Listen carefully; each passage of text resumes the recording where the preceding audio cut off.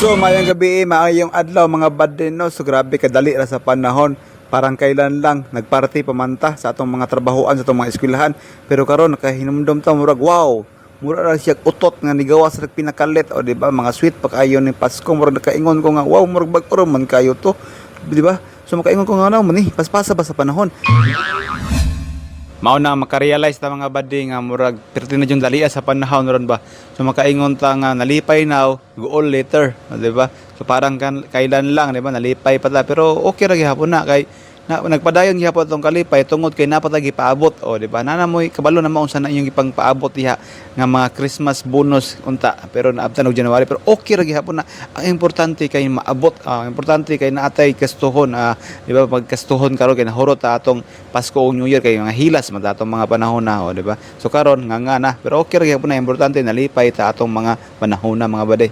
So mao ni mga bade, dawaton natong kamatuoran nga nibalik na pod sa tanan, di ba?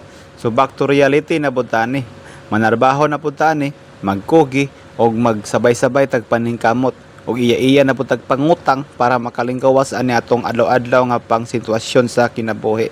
So iya-iya man tag problema, so iya-iya pud tagpaningkamot. Ang importante nga mangita gyapon tag pamaagi nga malingaw ta aning kinabuhi.